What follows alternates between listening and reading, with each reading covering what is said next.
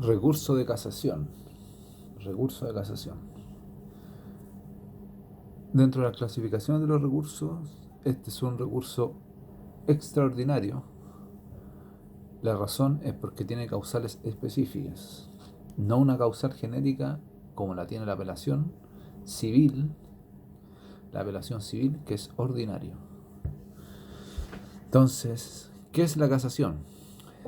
Es el medio que concede la ley a la parte agraviada por una resolución judicial cuando ésta se ha dictado en un procedimiento viciado o con omisión a las formalidades legales o ha sido dictada con infracción de ley y esto ha influido en lo dispositivo del fallo.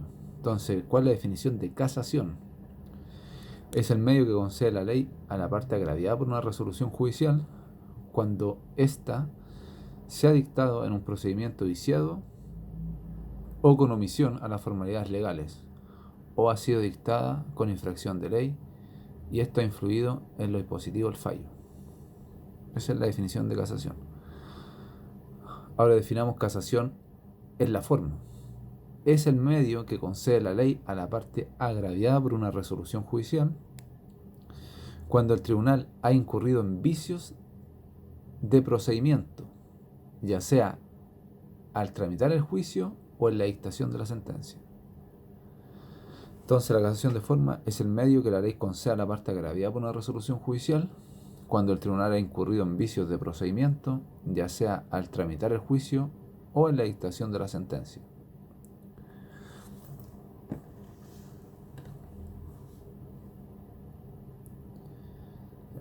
¿Cuáles son los fundamentos de este recurso?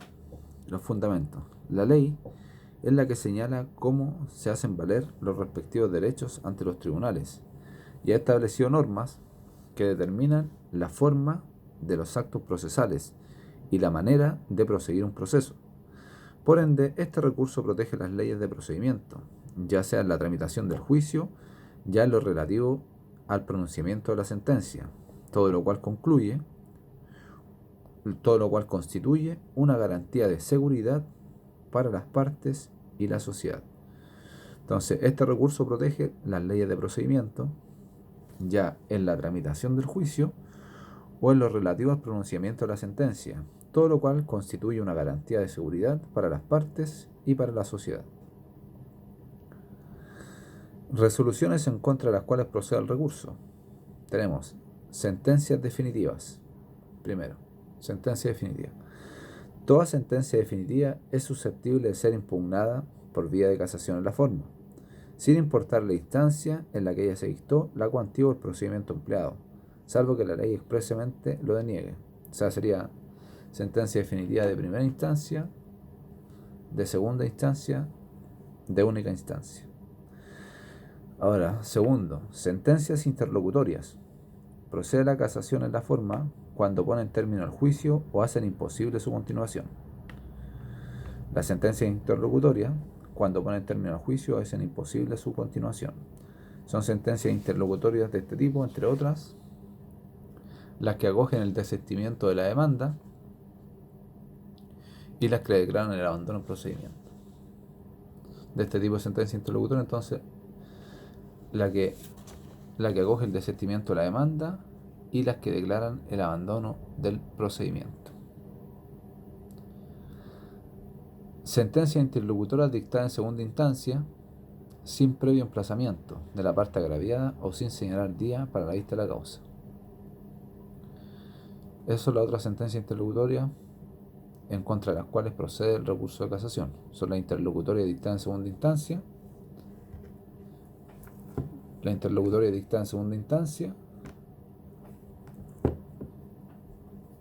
sin previo emplazamiento de la parte agraviada o sin señalar el día para la vista de la causa. En este caso, no importa que no pongan término al juicio o hagan imposible su continuación. Cuarto, sentencias que se dicten en los juicios de reclamaciones regidos por leyes especiales. Sentencias que se dicten en los juicios o reclamaciones regidos por leyes especiales. Causales del recurso de casación.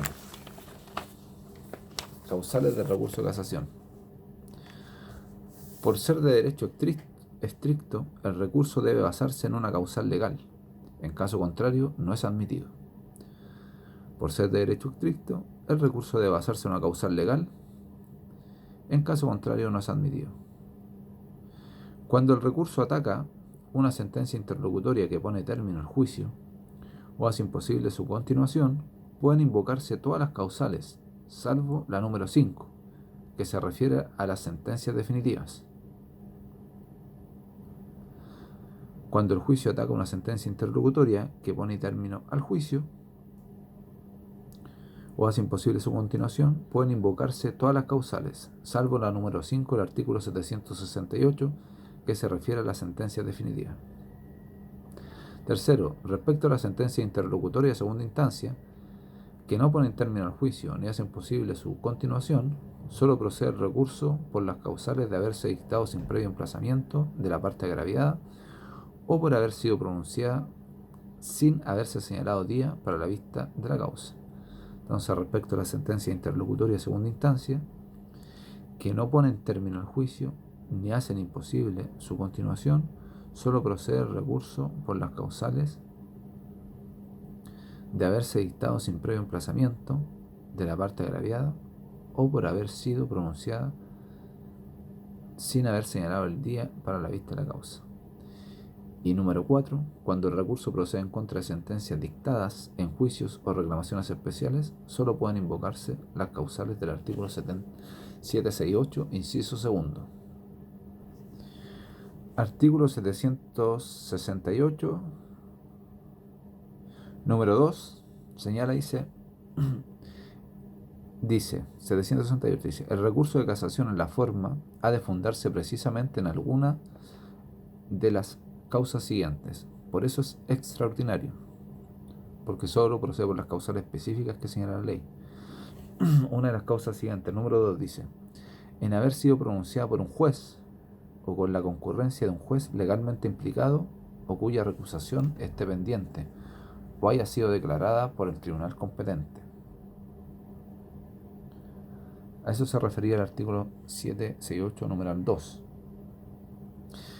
Y en el segundo ejemplo que vimos, cuando ataca una sentencia interlocutoria que pone término al juicio o es imposible su continuación, pueden invocarse todas las causales salvo la número 5 del artículo 768. Entonces vamos a leer el artículo completo. Artículo 768 señala, dice, el recurso de casación en la forma ha de fundarse precisamente en alguna de las causales siguientes, dice. Primero, en haber sido la sentencia pronunciada por un tribunal incompetente o integrado en contravención a lo dispuesto por la ley. Tribunal incompetente. 2, la que leímos recién, en haber sido pronunciada por un juez o con la concurrencia de un juez legalmente implicado o cuya recusación esté pendiente o haya sido declarada por el tribunal competente. Tercero, en haber sido acordada en los tribunales colegiados por menor número de votos o pronunciada por menor número de jueces que el requerido por la ley o con la concurrencia de jueces que no asistieron a la vista de la causa y viceversa. Cuarto, en haber sido dada ultra petita, esto es, otorgando más de lo pedido por las partes o extendiéndolas a puntos no sometidos a la decisión del tribunal, sin perjuicio de la facultad que éste tenga para fallar de oficio en los casos determinados por la ley. 5. En haber sido pronunciada con omisión de cualquiera de los requisitos enumerados en el artículo 170. Artículo 170, donde señala los requisitos que debe contener una sentencia. 6. En haber sido dada contra otra pasada en autoridad de cosa juzgada, siempre que ésta se haya alegado oportunamente en el juicio. Ya había cosa juzgada y se dictó sentencia. 7. En contener decisiones contradictorias.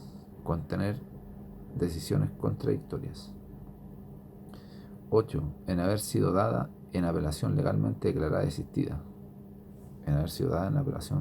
legalmente existirá. 9. En haberse faltado a algún trámite o diligencia declarados esenciales por la ley o a cualquier otro requisito por cuyo defecto las leyes prevengan expresamente que es nulidad.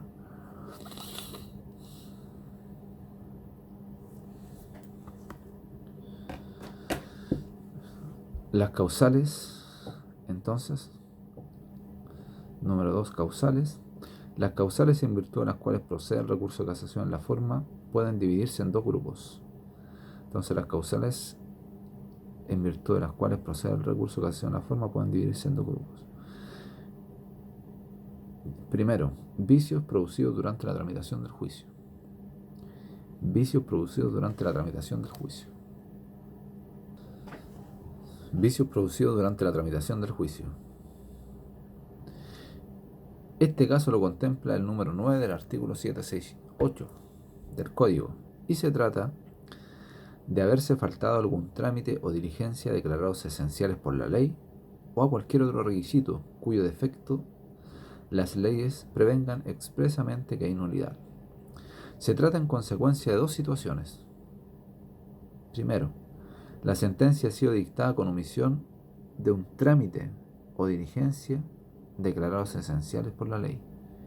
La sentencia ha sido dictada con omisión de un trámite o diligencia declarados esenciales por la ley. Segundo, la sentencia se ha dictado con omisión de cualquier requisito cuyo defecto las leyes prevengan expresamente que hay nulidad. La sentencia se ha dictado con omisión de cualquier requisito cuyo defecto las leyes prevengan expresamente que hay nulidad. Entonces, trámites o diligencias declarados esenciales por la ley.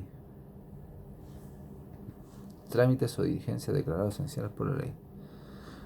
Los artículos 789, 795 y 800 del Código de Procedimiento Civil señalan los trámites o diligencias esenciales en los juicios de mínima cuantía, en la primera o única instancia, en los juicios de mayor o menor cuantía, en los juicios especiales y en segunda instancia, en los juicios de mayor o menor cuantía, y en los juicios especiales respectivamente. Ejemplos de tales trámites son el emplazamiento de las partes en la forma prescrita por la ley. Ejemplos de estos trámites son el emplazamiento de las partes en la forma prescrita por la ley, el llamado a conciliación en los casos en que corresponda conforme a la ley, el llamado a conciliación en los casos que correspondan conforme a la ley, la agregación de los instrumentos presentados oportunamente por las partes con citación o bajo apercibimiento legal, la agregación de los instrumentos presentados oportunamente por las partes con citación o bajo apercibimiento legal, que corresponda respecto de aquella contra la cual se presentan, y la citación para oír sentencia definitiva, salvo que la ley no establezca ese trámite. Y la citación para oír sentencia, salvo que la ley no establezca ese trámite. En segunda instancia, podemos citar como trámites esenciales, en segunda instancia, trámites esenciales, el emplazamiento de las partes, hecho antes de que el superior conozca el recurso, o la fijación de la causa en tabla para su vista en los tribunales colegiados en la forma establecida por el artículo 163. Entonces, segunda instancia tenemos trámites esenciales, el emplazamiento de las partes y la fijación de la causa en tabla para su vista en los tribunales colegiados en la forma establecida en el artículo 163. Artículo 163 del Código. En los tribunales colegiados se formará el día último hábil de cada semana una tabla de los asuntos que verá el tribunal en la semana siguiente, con expresión del nombre de las partes en la forma en que aparezca en la carátula del respectivo expediente del día en que cada uno deba tratarse y del número de orden que corresponda. Esta tabla se fijará en un lugar visible y antes de que comience a tratar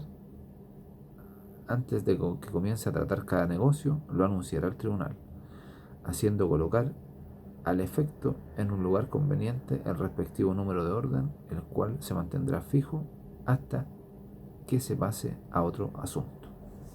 Será el artículo 163.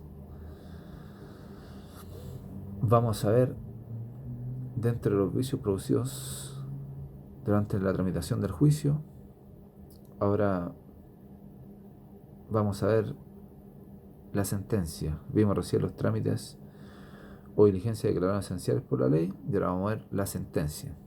Dice, hay casación, dice, cuando la sentencia se ha dictado con omisión a cualquier requisito cuyo defecto las leyes prevengan expresamente que hay nulidad.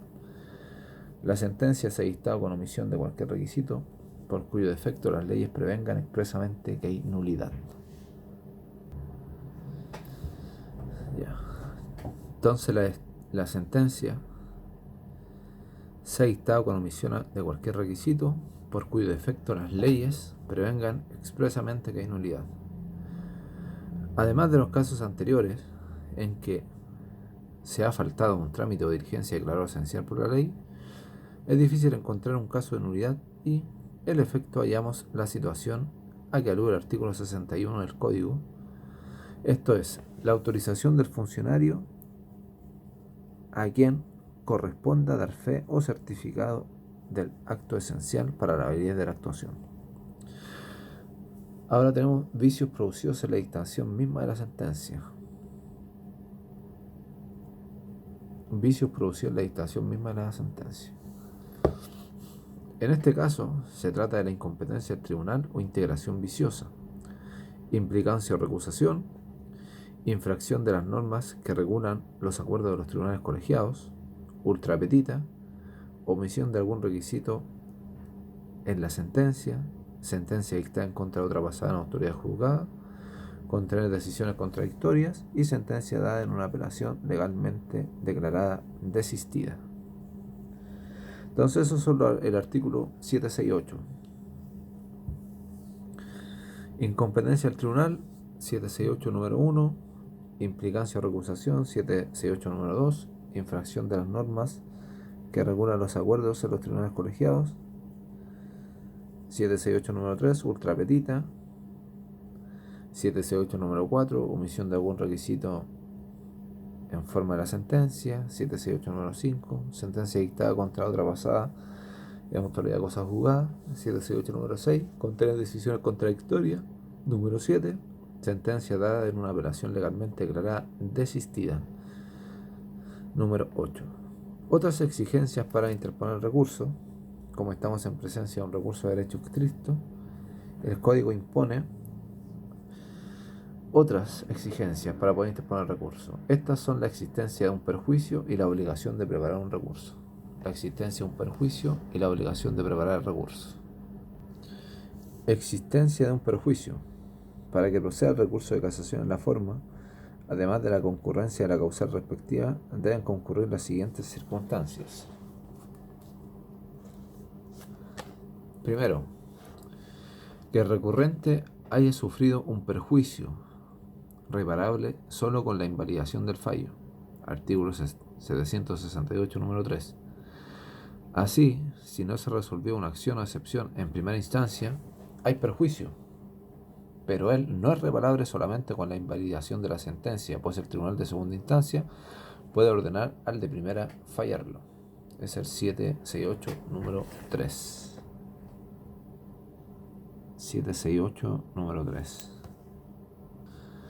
768 número 3 señala, dice, en haber sido acordada en los tribunales colegiados por menor número de votos o pronunciadas por un menor número de jueces que el requerido por la ley o con la concurrencia de jueces que no asistieron a la vista de la causa y viceversa. Que el vicio que se advierte en la sentencia influyó en lo dispositivo del fallo. Número 2. Preparación del recurso. Preparación del recurso. Preparar el recurso de casación en la forma consiste en reclamar el vicio ejerciendo oportunamente y en todos sus grados los recursos ordinarios que franquea la ley. Artículo 769, inciso primero, 769, inciso primero, señala: para que pueda ser admitido el recurso de casación en la forma, es indispensable que el que lo entabla haya reclamado de la falta, ejerciendo oportunamente y en todos sus grados los recursos establecidos por la ley. Entonces, el fundamento de esta exigencia radica en que es conveniente que un vicio sea subsanado por el mismo tribunal ante el cual se dictó, para evitar dilaciones en el proceso. Ahora bien, para que se entienda preparado el recurso, deben concurrir los siguientes requisitos. Para que se entienda preparado el recurso, deben concurrir los siguientes requisitos. Ahora bien, para que se entienda preparado el recurso, deben concurrir los siguientes requisitos. Primero, que se haya reclamado el vicio que configura la causal. Respecto de la primera causal, debe reclamarse antes de la vista de la causa. O sea, eso significa que hay que apelar con casación en subsidio. Que se haya reclamado oportunamente y ejerciendo todos los medios que concede la ley. Así, si el vicio es susceptible de ser corregido a través de una reposición y de apelación, deberán interponerse ellas oportunamente. Que se haya reclamado oportunamente y ejerciendo todos los medios que concede la ley. Así, si el vicio es susceptible de ser corregido a través de la reposición y de la apelación, deben interponerse ellas oportunamente. O sea, si yo necesito corregir un decreto, no voy a interponer un recurso de casación, sino que tengo que reponer. Por eso señala que hay que prepararlo, para que no se dilate tanto el juicio. Y la idea es que siempre que el primer tribunal, el que dictó la resolución, sea el que subsane el vicio, así todo es más rápido también. Y por último, que el reclamo se haya hecho por el que interpone el recurso y no por otra parte. Que el reclamo se haya hecho por el que interpone el recurso y no por otra parte. Excepciones.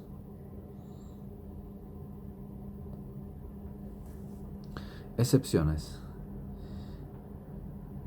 en que no es preciso preparar el recurso. O sea, una de las exigencias es que se prepare el recurso de casación, pero hay excepciones donde no es necesario preparar el recurso.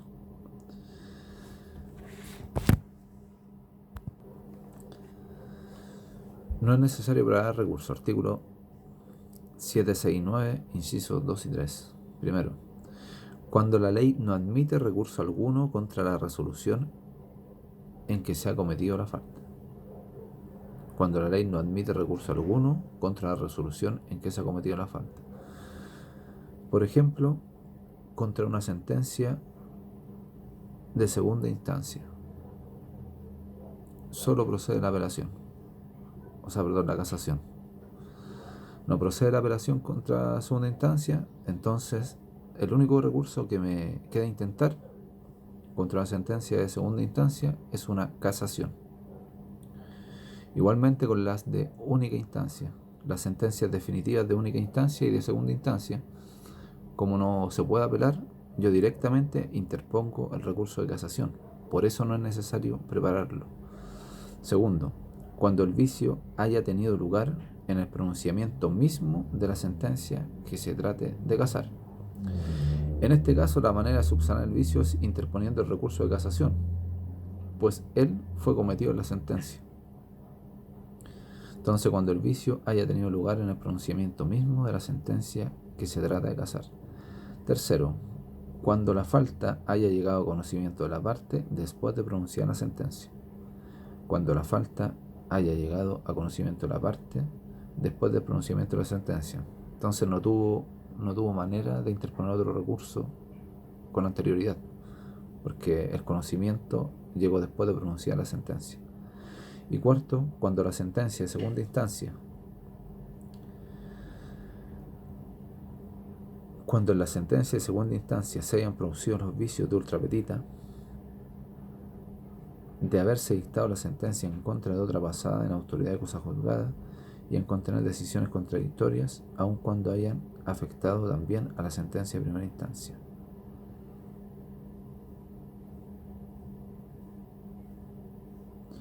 Acá tenemos un ejemplo. El tribunal dicta sentencia definitiva y no ha citado a las partes a oír sentencias. Entonces yo no debo preparar el recurso, porque el vicio se origina en la sentencia. El tribunal, por ejemplo, dicta sentencia definitiva y no ha citado a las partes a oír sentencias. Entonces yo no debo preparar el recurso, porque el vicio se origina en la sentencia. Interposición del recurso. Interposición del recurso de casación en la forma. El recurso se interpone ante el mismo tribunal que dictó la sentencia recurrida y para ante el tribunal superior de aquel. Debe ser interpuesto por la parte agraviada.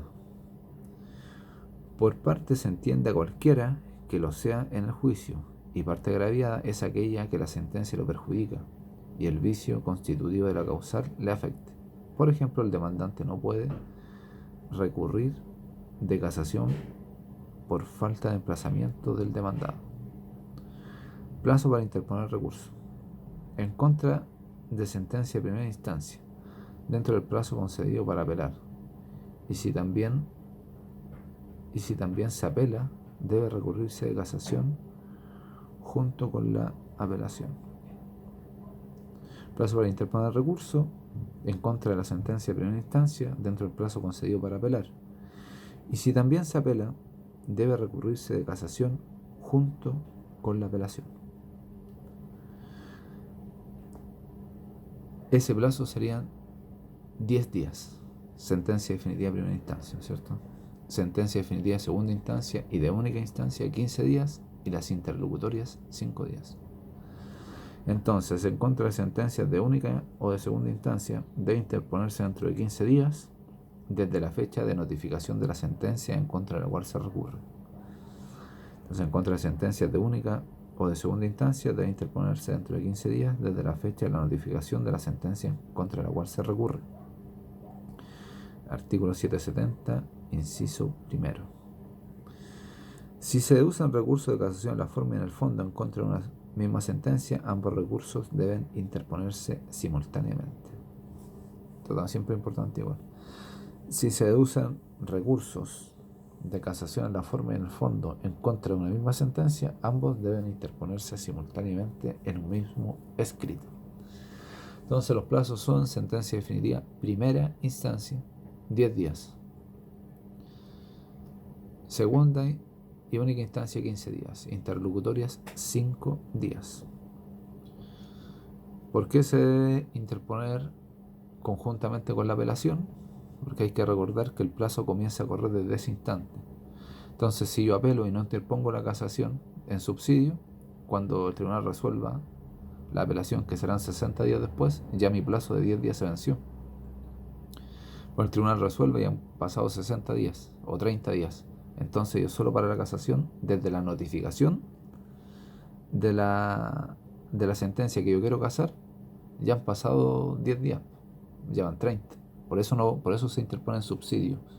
Por eso se interponen en el mismo plazo. Eso es importante. Ese es el motivo.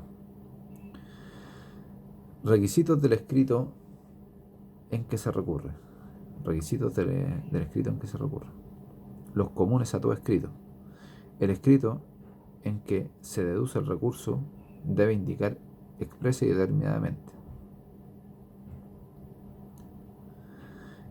el vicio o defecto en que se funda, la ley que concede el recurso por la causal que se invoca, debe ser patrocinado por abogado habilitado que no sea procurador del número.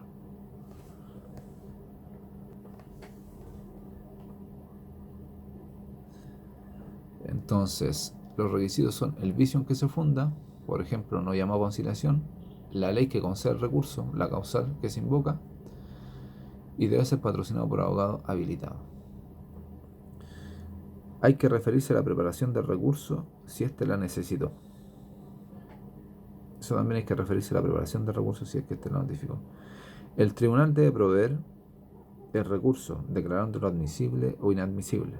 El tribunal debe proveer el recurso declarando admisible o inadmisible. En contra del fallo que se dicte, solo puede interponerse recurso de reposición especial dentro de 3 días. En contra del fallo que se dicte, solo puede interponerse reposición especial dentro del 3er día, el que deberá fundarse en error de hecho y deducirse en 3er día. Y la resolución que resuelva la reposición es inapelable. Artículo 778.